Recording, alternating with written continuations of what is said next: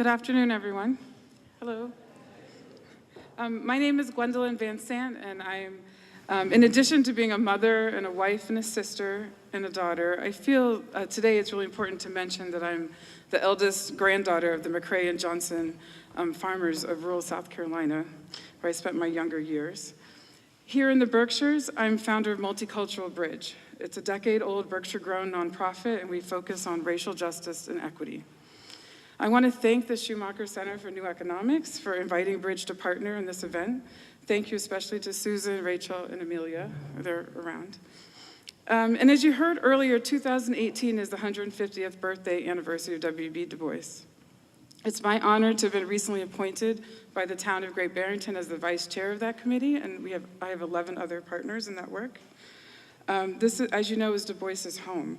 The Du Bois Legacy Committee means now that Great Barrington has a formal vehicle to uphold Du Bois's work and his legacy, not only in celebrating him and his work, but also in holding up the values of racial justice, civil rights, education, and holding that up in all the work that this municipality does. So we have a lot of work ahead. We just got formalized this month, and I just want to celebrate that with you all today.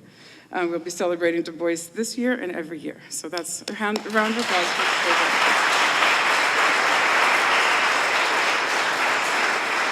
program. If you want to learn more about that committee, there's a piece of paper out front, and also will be with the donuts in the back. And we also have several Du Bois books of Souls of Black Folk for people to take home with them if they'd like. Right now, it's my privilege to welcome Jeffrey Peck, the great-grandson of W.B. Du Bois, and he'll say a few words about his great-grandfather.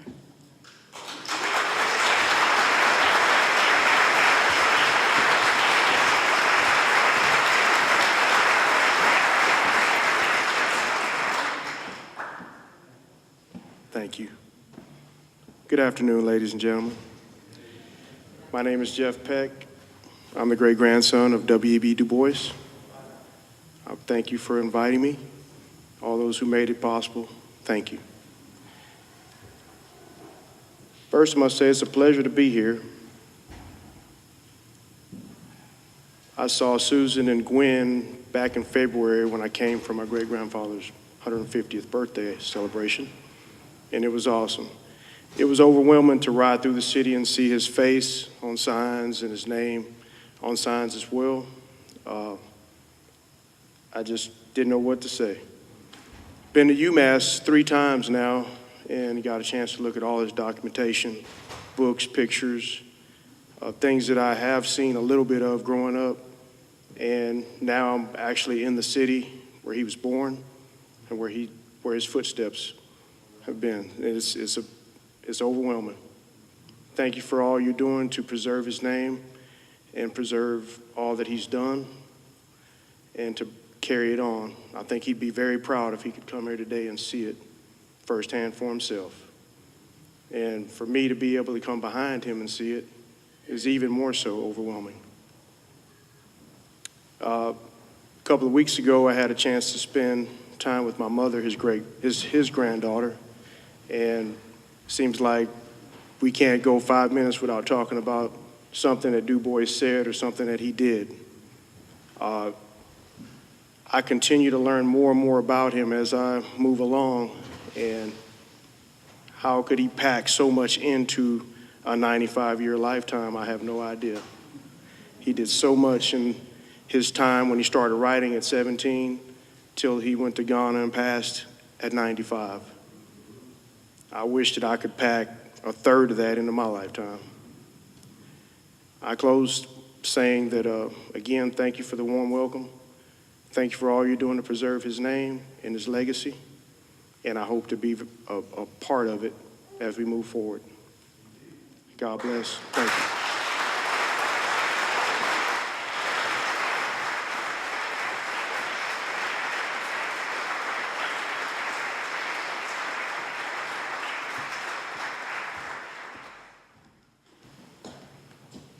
I'm back. I'm delighted now to introduce Leah Penniman, author, activist, and leader in our national conversation about land, race, and liberation. Leah has over 20 years of experience as a soil steward and food sovereignty activist, having worked at the Food Project, Farm School, Many Hands Organic Farm, Youth Grow, and with farmers internationally in Ghana, Haiti, and Mexico. Her organization, Soulfire Farm's mission is to reclaim our inherent right to belong to the earth and have agency in the food system as Black and brown people. At Soulfire Farm, which she co-founded in 2011, new Black, Latinx, Native American, and Asian growers participate in agricultural training workshops that focus on healing people as well as the land. Soulfire Farm is also responsible for the Black Indigenous Farmers Reparations Map, a project to promote people-to-people reparations. In April 2017, an article in Yes Magazine, Leah urges us to make a paradigm shift around race, food access, and land by challenging the very foundations of our country. By one, thank you, I like that. By one, creating food access for everyone. 2, honor the people who grow our food. 3, stop apartheid and food access in our country. And 4, support farmers of color. I want to intentionally repeat and amplify Leah's words now. Black farmers are not just growing food either. The ones you'll meet here rely on survival strategies inherited from their ancestors, such as collectivism and commitment to social change. They infuse popular education, activism, and collective ownership into their work. As we work toward a racially just food system, abandoning the colonizer mentality that first created the problems is crucial. The communities at the front lines of food justice are composed of Black, Latino, and Indigenous people, refugees and immigrants, and people criminalized by the penal system. We need to listen before we speak and follow the lead of those directly affected by the issues. In Leah's work, I hear echoes of Black feminist author Bell Hooks, one of my heroes. In Belonging, A Cultural Place, she writes, living in modern society without a sense of history, it has been easy for folks to forget that Black people were first and foremost a people of the land, farmers. Hooks also said, when we love the earth, we are able to love ourselves more freely. Which brings me back to Du Bois. Du Bois also loved the land, as demonstrated by his 1930 speech to the Great Barrington High School graduating class when he spoke of saving the Housatonic River that runs through what he called his beloved community.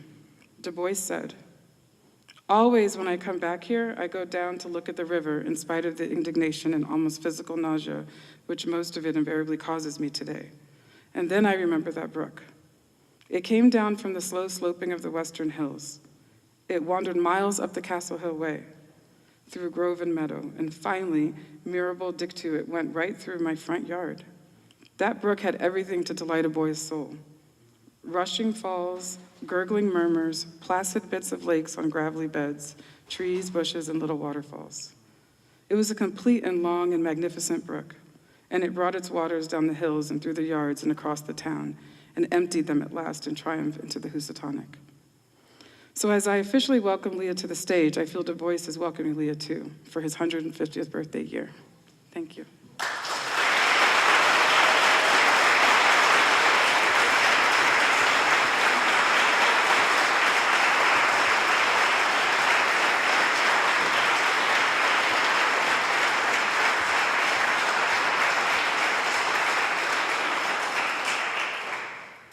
Thank you so much for having me. It is a deep honor to be here in the steps of a hero of mine. And I thank Baba Ed for everything you said. I am definitely not one for theoretical framework myself personally, so you lay that out. I'm the, put the muck boots on and the gloves and the warm jacket and plant the crops and do the stuff on the ground. And so I'm really excited to bring to you a story about the food system, a story about race in the food system, and about how we can decolonize and re-indigenize our relationship to land and to sustenance. So that's what we're gonna do. So as Black people, as Indigenous people, we are very clear in our cosmology that we are not the beginning, that all of the accomplishments and capacities that we have come from those before us. So I'm going to actually invite those who are able to stand up and with me now, and we are going to give honor and homage to the earth and to the ancestors who made the sacrifices for us so we could be here today. I know that I particularly want to call in my grandma's grandma's grandma. Her name is Susie Boyd. She's the ancestor that we can trace, who was actually kidnapped from the shores of the Dahomey region of West Africa in the late 1700s for her agricultural expertise. And she and other mothers in their community took what was most sacred to them, which was their seed, their millet, their sorghum, their rice, their cowpea, and braided it into their hair, and braided it into the hair of their children. Because while there were no report backs from across the Atlantic Ocean, they believed against odds in a future of tilling and reaping on soil, and they did not give up on their descendants. So at the count of three, we're all gonna think of an ancestor who did something big or small to allow us to be here, and we're gonna call out their name with a strong and reverent voice. 1, 2, 3. Samuel Cornelius Smith. Ashe, you may sit down, thank you so much.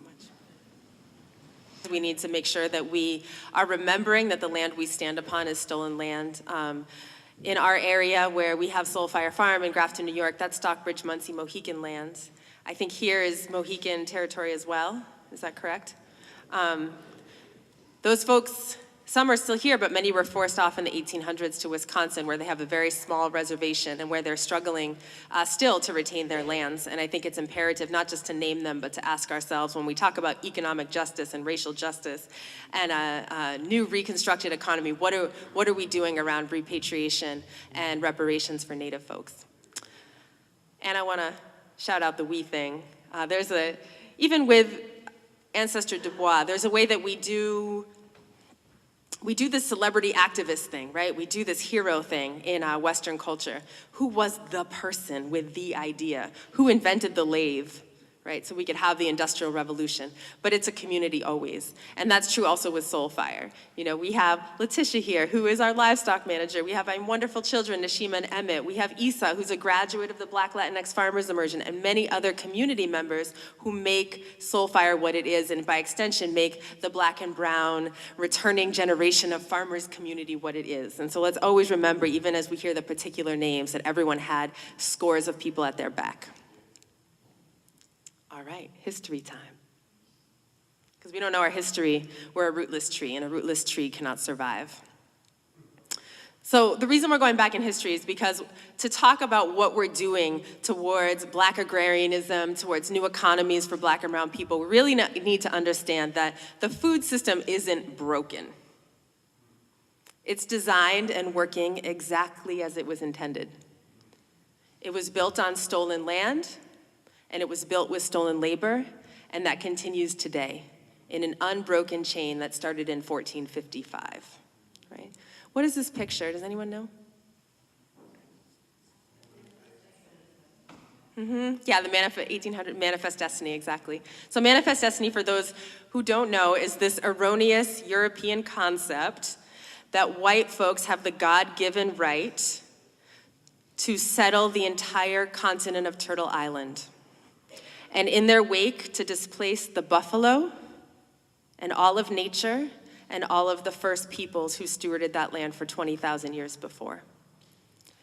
This idea was very popular in the 1800s, but it did start with a decree from the Catholic Church by Pope Nicholas in 1455 that said, go forth, enslave, colonize, and pillage all non-Christian nations.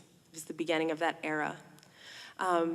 In 1823, the Supreme Court upheld this doctrine. It was called the Doctrine of Discovery. In common parlance, it's called the Finders Keepers Law. The idea that when you plant your flag, it's yours on the moon, on the poles, you know, in the West. And it relegates Native people to so-called domestic dependent nations who don't actually have any right to inhabit their land or decide the future of their land. Most recently, in 2005, the Supreme Court again upheld the Doctrine of Discovery against the Oneida Nation, who sued several towns in Western New York to try to reclaim their territories from which they were displaced. And the Supreme Court said, I'm sorry, you are a domestic dependent nation. You have lost rights to your land because they were settled by white colonizers. This is not ancient history. 98% of the rural land in this country is controlled by European descendant people. 98% of the land in this country is controlled by European descendant people. So it's land and it's labor, of course, right? Anyone know what this picture represents? It represents the 12.5 million African people who were kidnapped from their homes to do unpaid labor against their will in the colonies. Our folks weren't kidnapped just because we were strong. We were kidnapped because we had knowledge that was needed. White people didn't know how to do tropical and subtropical agriculture. Europe is cold, y'all. Rice doesn't grow there. Tobacco and cotton and sugar don't grow there. They had to find the agricultural experts. And so slavers were very good at targeting these folks in the community. If you read the book Black Rice, it really debunks that notion that it was just about labor. It was also about knowledge, right? And like Baba Ed said, slavery was cruel everywhere. In my ancestral homeland of Haiti, scholars believe it was the most cruel because they did find that it was more beneficial to keep importing folks, stealing folks from Africa rather than keep us alive. The average lifespan once you landed in Hispaniola as a black person was 8 years. Literally worked to death. And one of the reasons why Haitians had a successful revolution in 1804, I mean, there's many. It had to do with our spirituality. It had to do with unity across languages. There was many, many reasons. But almost everybody was born in Africa. Almost everyone knew exactly what it was like to be free and how to fight. And so overthrowing Napoleon's army, the most powerful army in the world at that time with machetes and fire and poison, you definitely had to have the backing of your orisha, your loa, but you also had to know what freedom was. You had to have tasted freedom. But that all ended in 1865, right? Emancipation Proclamation, 13th Amendment, what did it outlaw? 13th Amendment outlawed slavery, right? Except in the case of, right, if you've been convicted of a crime. And so suddenly the prisons were filled with black people in 1866. Not because black folks started murdering and raping and pillaging. That is not what happened. It's because new legislation came about all across the South called the Black Codes. For the first time on the books, you had things like loitering. That means standing around, right? Vagrancy, that means not having a job, right? Disproportionate sentencing for being accused of stealing your neighbor's pig, right? Your children could be taken away from you if you were not industrious and honest and then go be apprenticed back to their former masters. That was the beginning of the state kidnapping children away from families. And CPS, which has deep racial issues today, right? And so the Black Codes, why did they do this? Because as soon as you were in prison, you could be leased out to the mines, to the railroads, back to the plantation. In 1866 to 1868, Arkansas, 73% of their state budget came from leasing black people to plantations. This was a way of keeping the Southern economy intact for the white supremacists of the time. Sharecropping and tenant farming became the dominant system of agriculture. That's debt peonage. It's a system where the one who calls himself master or owner of the land has all of the land, the resources, the housing, the seed, and the person, the black people working the land, right, need to buy all of that on credit using the crop and become deeper in debt every year. What's astounding about this, though, is that despite this system, which was really a trap, a neo-enslavement trap, people saved their Sunday money not just to buy their freedom, which is astounding, but also they saved their Sunday money and their pocket money and they're renting themselves out to the cobbler, all of that, and were able to purchase by 1910, 16 million acres of land. That's 14% of the nation's rural land. Absolutely incredible, right? It's almost all gone, and we'll get to why later. Yeah, so at the peak of black land ownership, in actually 1908 to 1910, there was a upswell in lynchings, in white supremacist violence. In fact, most of this rounding up of folks happened around harvest time, because you could fill the prisons with people and you could send them back to the plantations. But what was really insidious that I just recently learned, I read some studies about, as far as the Ku Klux Klan and the White Citizens Council and these white supremacist groups, which were full of folks from the government, was that they targeted black landowners particularly for the audacity to get off the plantation, for being too uppity, for not staying in their place. And there's something I want to read to you. I'm like Ed, I never look at my notes unless I have a quote. And then I have to find the quote. I'll just paraphrase it. So in 1908 in Kentucky, there was one man who actually refused. His neighbor tried to take over his land. He only had 2.5 acres. And this black man refused to give it over to the white neighbor. And so the lynch mob came. And they said, you better get out here and take a whipping, Mr. Walker, Mr. David Walker, for the audacity of what you've done. And he refused to come out for a whipping. So they started shooting at his house. And they set fire to his house. And so his wife came out crying and screaming, holding the baby. He had 6 children. All the children run out of the house except one who was trapped in the fire. The mob shot all of them. Took the land.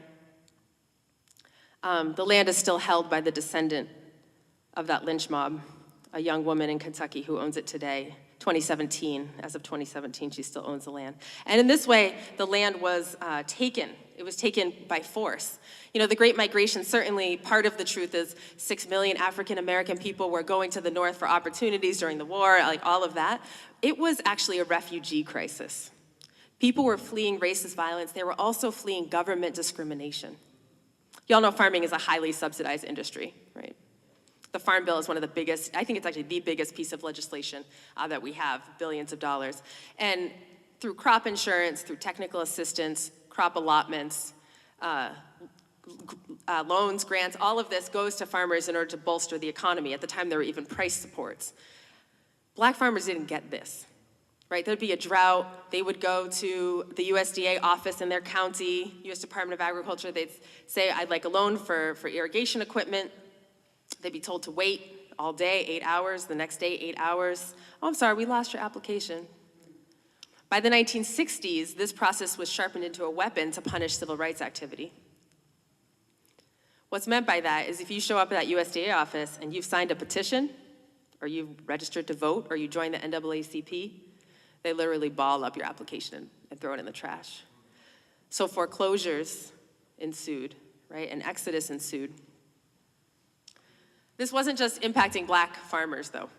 1935, well, 34 to 36, we had an amazing renaissance in our federal legislation as far as workers' rights. Does anyone know what was going on around then with FDR? Y'all are mad quiet. Yeah, exactly. The New Deal. So you had Social Security. You had the National Labor Relations Act. So you had like a defined limit on your workday and overtime pay and the right to unionize and restrictions on child labor. All of these incredible package of legislation to protect the rights of the worker. And to the federal government's credit, originally this was supposed to be for all of us, right? But the Democrats and the Republicans were switched then, right? So the Southern Democrats, they would not vote for this legislation if it benefited people with melanin. And you can, I'm not exaggerating, you can literally look at the transcripts of these documents. They said, we are not voting for this if black people and immigrants and stuff are gonna get this. And so they excluded categorically 2 industries, 2 sectors. Farming, agriculture, right? And domestic work, because those were the areas where black and brown people were working. Social Security was remedied about a generation later, but to this day, if you work on a farm, you have a different minimum wage.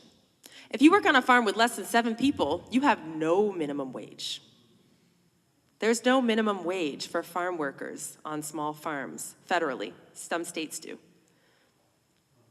You don't have the right to overtime pay. You don't have the right to a day off in 7. You don't have the right to unionize. Children don't have to go to school. They can work on a farm.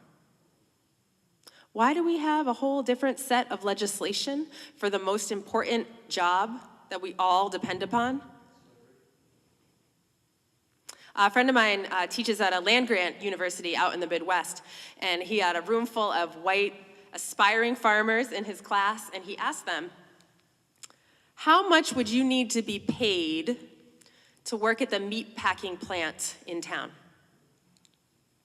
And 100% of his students said, there is no amount of money you can pay me to work at the meat packing plant. That's Mexican work.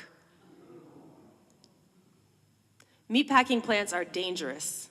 They're disgusting. They're dehumanizing. Anyone try to kill 2,000 pigs in an hour? So how is it that we have a food system? We've created a food system where literally the most important thing for humans to do, which is to create nourishment for the rest of us, is so dehumanizing that aspiring farmers won't do it for any amount of money. So instead, we create international economic conditions that presuppose a refugee crisis and a constant supply of humans who have really no other choice than to do subhuman work so we can eat. It started actually in the late 1800s with Filipino and Chinese workers. In the 1940s, it became the Bracero program, mostly Mexican workers, which is what it is today. Now it's the H2A program. And I'm not saying every farm that has H2A workers are bad, right? But I'm saying we're colluding in a system that fundamentally relies on stolen land and stolen labor so that we can survive. There was a slavery ring broken up in 1999 in Florida by the Immokalee workers. So we talked a little bit also about black land loss.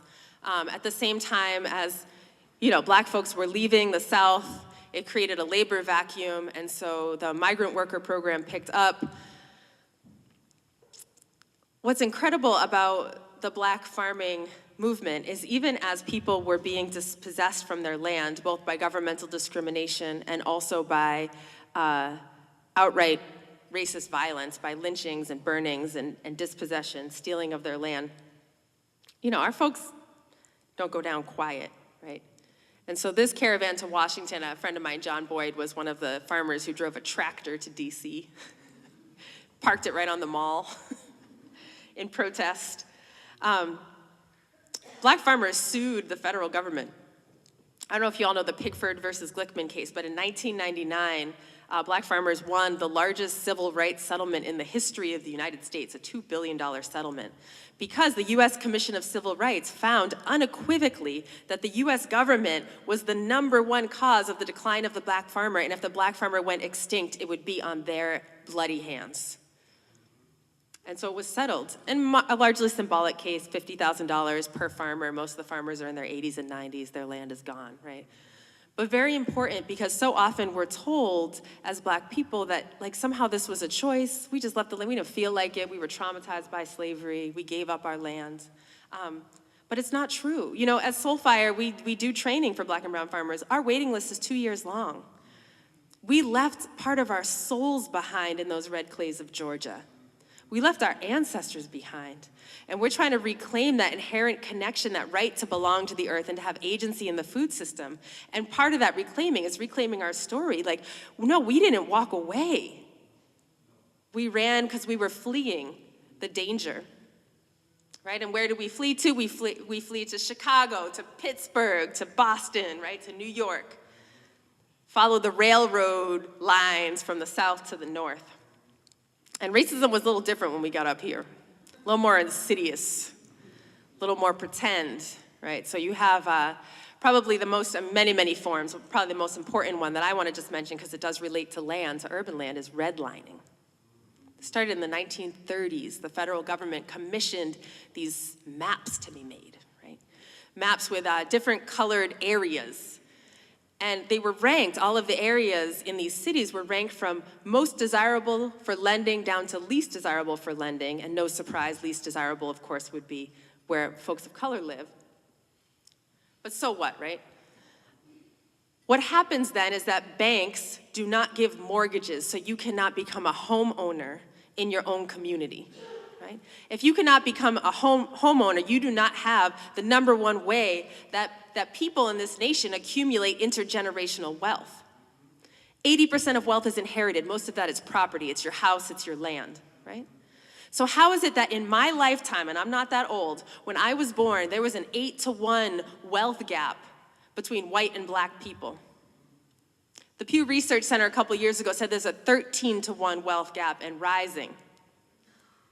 It's because we never got to own anything. They drove us off our land and then into the cities where we had to rent from slumlords or buy houses on these credit mortgages where they took them back. We never got to own anything. And so how can you be in charge of your own destiny? How can you keep the product of your labor when you don't have the land and you don't have the home and the fundamental basis of wealth? And this doesn't just impact us as producers, right? It also impacts us as consumers. Where do you think this wonderful young person is right now? Yeah, food bank, food pantry, right? 1 in 6 children in this country will go to bed hungry tonight, which is an atrocity. 1 in 3 black children will go to bed hungry tonight. And it's not just food insecurity that's disproportionately impacting our communities. The type of food that we get to eat, right? If I only have a few dollars in my pocket and there's only a bodega and a KFC and a package store, I can get hot Cheetos and I can get Blue Drink, but I can't get anything that's gonna nourish my developing mind, and certainly not anything that's gonna give me the strength to be able to go down to City Hall and resist the situation in my community, right? So when our communities are laden with diabetes and heart disease and obesity, with poor eyesight and ADHD, depression, all of these are diet-related illnesses. All of this is from the poison food that we don't have access to. This is a system of food apartheid. Right? Food apartheid, not a food desert. A desert is a natural ecosystem. Apartheid is a human-created system of segregation that relegates certain people to scarcity and others to opulence. Certain people without choice and others with too much choice.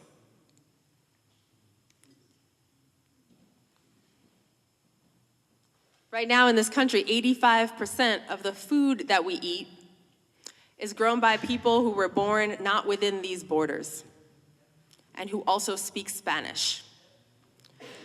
2.5% of the farms are managed by people who weren't born here and who also speak Spanish. This is the most dangerous job we have in this country, the highest level of workplace injury and death. Pesticide exposure. Y'all following the Monsanto getting sued situation? And as I mentioned, almost all the land, we don't have it anymore, right? And it's really easy to say, well, yeah, we should have reparations of lands, you know. I love Baba Ed, what he said about the cow. It's like, I don't want butter every week.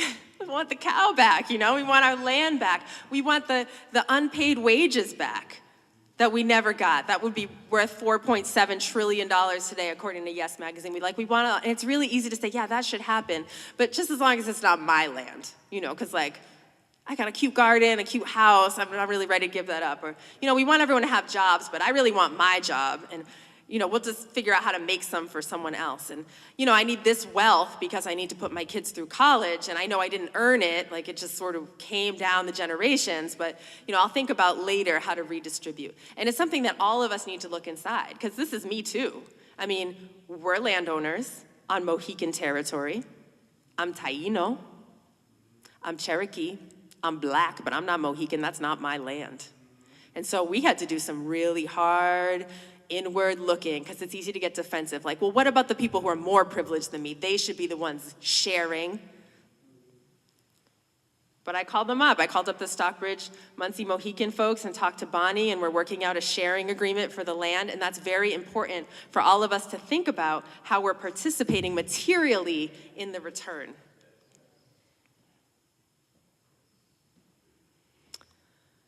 And then I just also want to talk about, you know, the earth, because I happen to very much love the earth. I hope we all love the earth. Because it's not just the people that are harmed from the food system. When you build a whole food system based on stolen land and stolen labor and the extraction of life from the human community, that same parallel exists with the living earth. I'm going to diverge and tell a quick little story, and then we'll talk about these charts, which you can also read. I think a metaphor for the way that both human beings and the earth are harmed at the same time through the design of the food system comes from the Haudenosaunee people, also called the Iroquois Confederacy. They have an origin story that starts with Sky Woman. Sky Woman is the grandmother, the ancestral grandmother of all human beings. She's a divinity. And she was looking down upon the people, the Haudenosaunee people, 10,000 years ago, and saw that they were starving. It was February, the hungry moon, and they had no food to eat. And so she clothed herself as a beggar and left the realm of the sky to come down to the people and went to their home with her palms outstretched, asking for food. And the people, generous of heart, took their baskets and they scraped the seed that they had been saving to plant in the spring, and the chaff, and every scrap of food they had left, and prepared her a stew and fed her a stew, which she ate. And in eating, realized the generosity and goodness of the people, that they merited a gift. The gift she gave them was her 3 children, corn, beans, and squash, right? The sacred 3 sisters, the sacred milpa. Corn is considered the most sacred plant, the mother of all life.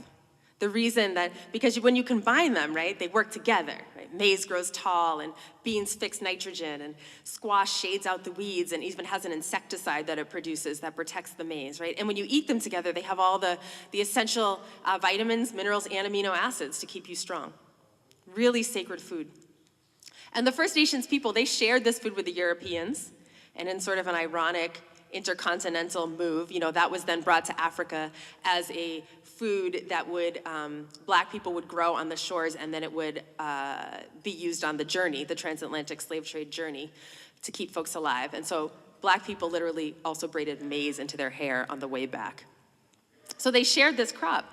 But what do Europeans do with corn? Yeah, they turned it into a lot of different things, right? Monocrop, GMO, laden with pesticides and fertilizers, leading to dead zones in the Gulf of Mexico, converting it into the corn syrup that's pumped into the veins of the children in our cities, leading to the diabetes and obesity crisis. Terminator seeds, genetic drift, literally suing of indigenous farmers who brought maize to the earth, who live in Oaxaca, Mexico, who now no longer have that heritage seed because it's contaminated with Monsanto genes. Taking the gift from the sky and turning it into a weapon. So we need to really think about how to decolonize and re-indigenize our relationship to the earth, and it starts with the seed. How are we revering and honoring the original intention of the seed? Because right now, agriculture is the #1 cause of climate change, if you include land use conversions, right? The #1 cause of the loss of habitat, of water withdrawals, and so on and so forth. And we've always, we have a means to do agriculture right. 70% of the world's food is still grown using Afro-Indigenous methods that could feed the planet without destroying it, right? So we gotta give credit where it's due, and we gotta make a change. And we'll talk a little bit about that. But first, I want you to turn to someone next to you for 2 minutes and answer this question. Where were your ancestors in this history, and how are your people connected to these past events? Go ahead, find a friend. Talk to them.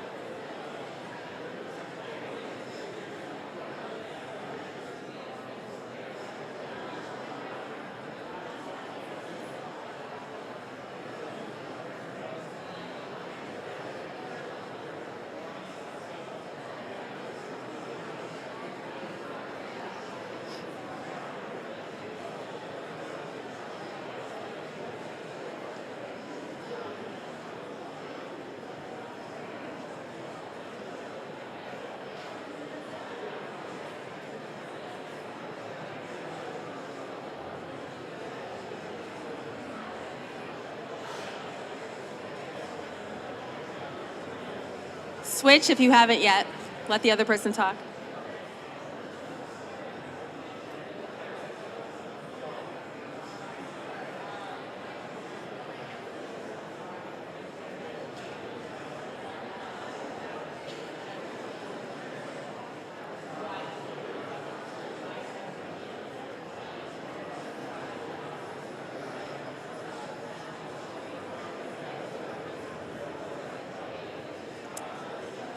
All right, we are going to bring it back. When I say free the people, you say free the land. Free the people.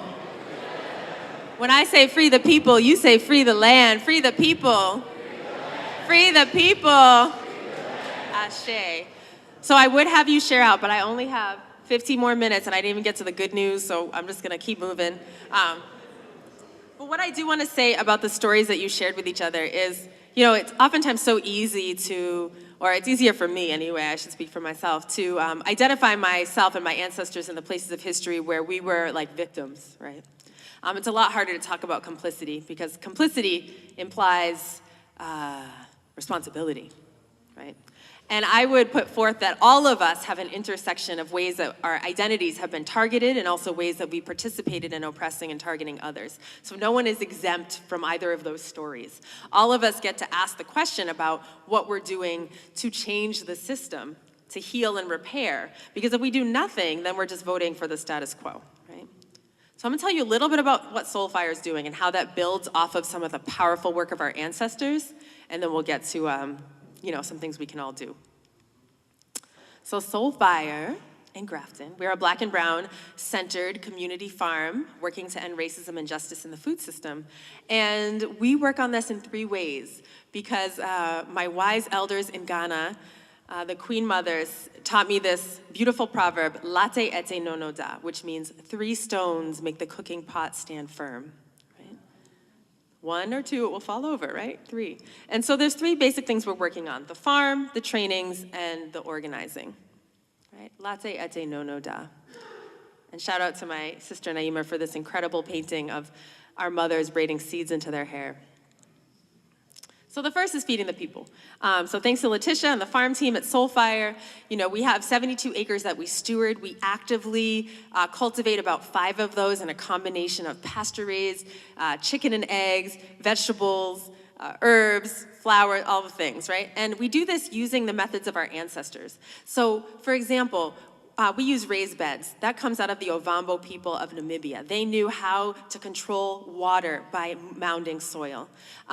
We use terracing. That comes out of the what is now Kenya. It's called fenyaju, or throw it upwards. We use polycultures, where you mix trees together with herbs and fruits and vegetables, and this comes out of Haiti. It's called a jardin lacou. So all of these technologies, what's really amazing about them is they make the earth better. Right? They actually make the earth better. So our topsoil is 3 times deeper now than it was when we got there. There's more pollinators. There's more biodiversity. There's less water contamination, less erosion. Right? So people aren't inherently like enemies of the planet. There are ways to work together. And all this food we box up every Wednesday and bring it to 100 families in the Capital District, using a system called a farm share, a sliding scale farm share. So people pay what they can afford for the food, and it goes right to their home. And there are many families who don't pay anything at all, not because, and we don't want to undermine anyone's dignity by not allowing them to contribute, right, to what they need. But when folks first arrive to this country as refugees and new Americans, there's an opportunity for their neighbor to buy their groceries for them through this program. And what's so powerful about it is that people are coming, having been farmers, and chefs and cooking and knowing about like what we call whole foods. And they come to, they're resettled in these neighborhoods that don't have any real food. So we can intervene before that Western diet takes over, right? And really support people in continuing to connect to their ancestral ways of knowing food.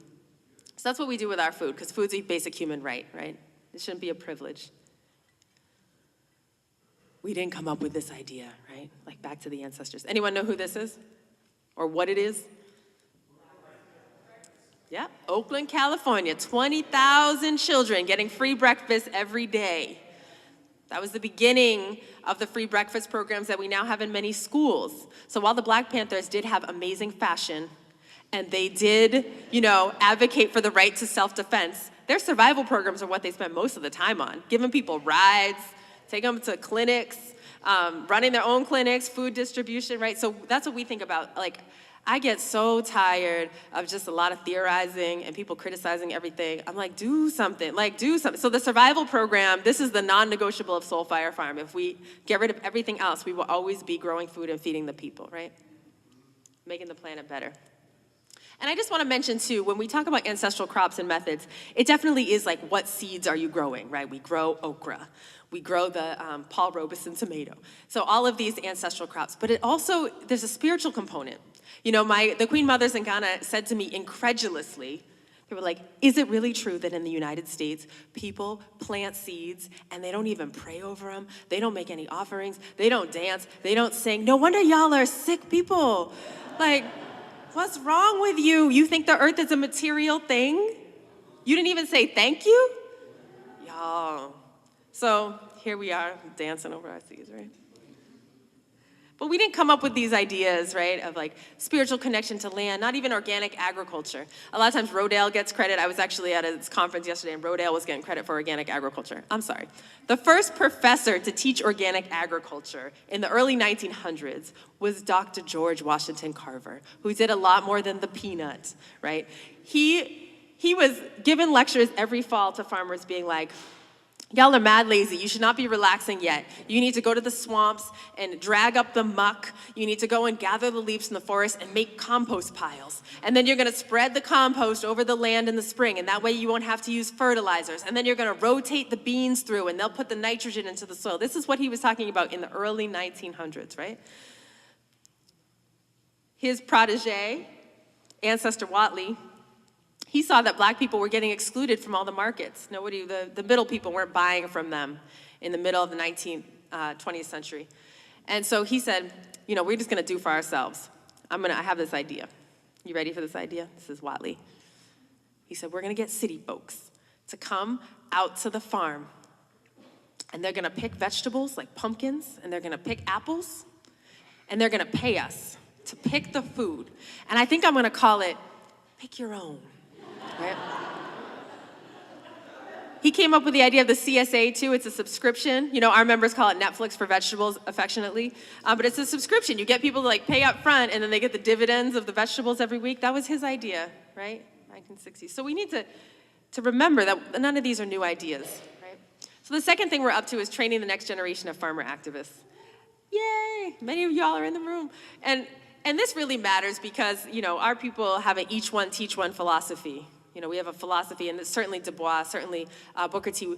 Washington, always talking about how are we educating, how are we sharing the knowledge, how are we not being proprietary about it. And so as soon as the farm was going, we started doing training programs. And like I mentioned, we have a long, long waiting list. And what's very exciting about that is that almost everyone who's come through Black Latinx Farmers Immersion or other programs are taking that in turn to their community. So they're growing food, right? And they're teaching others. Like my sister, I'll go back to her. So this is Keisha Cameron, who did BLFI in 2016, and she went and started a training program outside of Atlanta, Georgia for livestock farmers, Black livestock farmers who want to transition to organic, right? And many other people like that. But again, not a new idea, right? Fannie Lou Hamer, I hope I quote her correctly, but now I need to double check my quotes because Baba Ed's here. But I'm pretty sure she said something like, if you have 400 quarts of greens and gumbo soup canned up for the winter, ain't no one can push you around or tell you what to do, right? So she had Freedom Farm, and she not only fed families, but they provided scholarships, burial fees, they had a revolving loan fund, they had a pig bank. That's the idea when, you know, you give livestock, the firstborn livestock to another family, and they in turn give it to another family. The Heifer Project stole that idea from Fannie Lou Hamer. The charades, they were part of starting the first community land trust in the United States in 1969. So new communities in Albany, Georgia, 5,700 acres shared by several Black families together who ran a farm, were living there, right? They were, long story, but they were also driven off by white supremacist violence, people literally bombing their offices and diluting their fertilizer and stealing their animals, right? Because how are you gonna have Black people owning 5,700 acres of land? But again, not new ideas of coming together in community, sharing our knowledge and resource in a collective way. I'm just skipping some stuff just because of time, but these are all great projects. We have a Q&A. And then the third thing I want to talk about is the movement building work. And this really came out of a challenge from a couple of my elders, Baba Curtis Muhammad, civil rights veteran, former Black Panther, as well as Donald Tafkenny, who's in exile right now in Germany because of his work during the civil rights movement. And both of them said to me, you know, the civil rights movement would not have been possible without Black farmers. And not in a metaphorical sense, in a quite literal sense.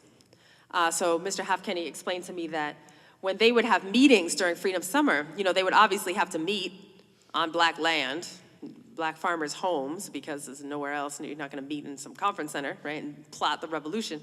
So they would hold these fake Bible studies with the Bibles, with the pamphlets inside, in case anyone rolled up. Right? And then sometimes people did, like night riders would come for you, and the Black farmers would cut down trees from their land and barricade the road so they couldn't get through. And then when you got arrested, they would put up their land as bail money. They fed, clothed, and protected the activists who made the front page. And so Baba Curtis Muhammad, you know, sitting in my living room a couple years back with his all-white Orisha outfit and his all-white long beard, because he's an old man now, he was like, how is your farm gonna support the revolution, right? And so a lot of stuff that we do now, you know, that's sort of beyond the boundaries of the land itself has to do with that. So we've been doing a lot of training, you know, training up our people around strategies to actually uproot racism, not just theories. So how do we catalyze reparations? And we've been working to gather the needs of the Black and brown farming community onto a reparations map so that we can do that people-to-people return and exchange. And we've had 7 folks this year, just this year, who've received land or resources so that they can get their farms going. Because, like, you know, the government needs to do it too, but that might take some time. We're also working on policy work.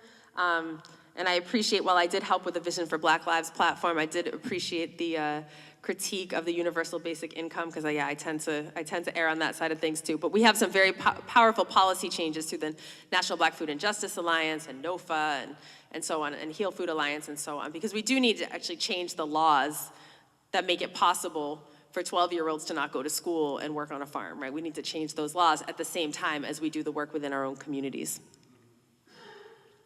And we got a book, it'll be for sale.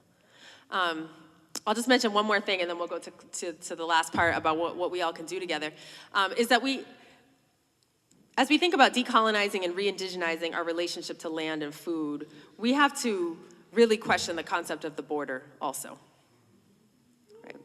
The border itself. Why can capital and resources move across borders but not human beings, right?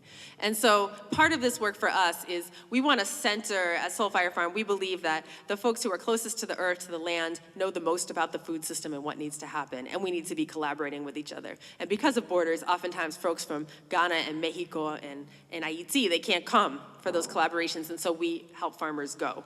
So we do solidarity delegations, and we don't go tell farmers what they're supposed to be doing. I think technical assistance is overrated, if not outright paternalistic. But we do transfer resources and catalyze reparations so they can do the things they want to do. So, like, you know, post-hurricane, installing irrigation systems so they can put in a second crop. Putting the trees back that the French stole as part of their so-called reparations after 1804. Helping people build their houses. Nashima, you made that heart, right? Did you make that heart? Yeah. So just want to talk a little bit about action steps. And one thing that I'm very excited about, because I'm a nerd about documents, is we spent a lot of time in the past couple of years talking to Black and brown farmers, farm workers, aspiring farmers, and being like, what needs to change so that you can do what you want to do, which is essentially enjoy and have your community enjoy the product of your labor on a farm. And we have a full list of those action steps. So if you go to our website, soulfirefarm.org, take action, you can see that, you can get involved. But just to pull out the essentials, it's really good if we follow the lead of the people impacted by issues when we're trying to solve the issues, right? That whole white savior complex, that shouldn't be a thing anymore. So communities that are experiencing hunger, we need to support their front lines leaders with resources and time to do the things that they decide to do, not swoop in and try to save or fix or take the jobs at those nonprofits, right, that they should have. And we need to educate ourselves. And of course, policies need to change. Junk food shouldn't be marketed to children. SNAP, the food stamp program, needs to be expanded. We need workers' rights, end of air property theft, and so on. And I can explain all that more later. And here's just a very short list of the hundreds of organizations that are led by people of color working in the food space.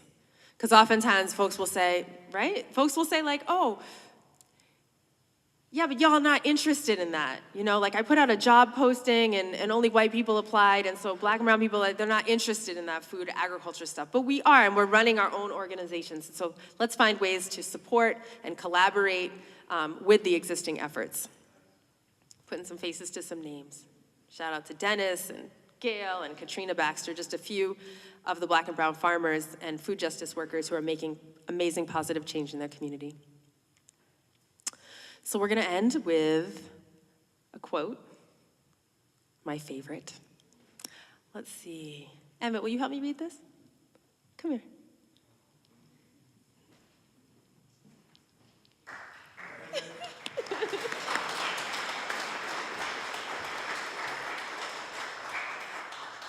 So I'll read a line, then you read a line. You kind of look at the screen. Yeah, talk into this. You go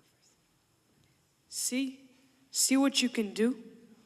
Never mind you can't tell one letter from another. Never mind you born a slave. Never mind you lose your name. Never mind your daddy dead. Never mind nothing. This here is what a man can do if he puts his mind to it and his back in it. Stop sniveling, the land said. Stop picking around the edges of the world. Take advantage, and if you can't take advantage, take disadvantage. We live here, on this planet, in this nation, in this country right here, nowhere else. We got a home in this rock, don't you see? Nobody's starving in my home. Nobody crying in my home. And if I got a home, you got one too. Grab this, lands. Grab it. Take it, hold it, my brothers. Make it, my sisters. Shake it, squeeze it, turn it, twist it, beat it, kick it, kiss it, whip it, stomp it, dig it, plow it, seed it, reap it, rent it, buy it, sell it, own it, build it, multiply it, and pass it on. Can you hear me? Pass it on. Thank you.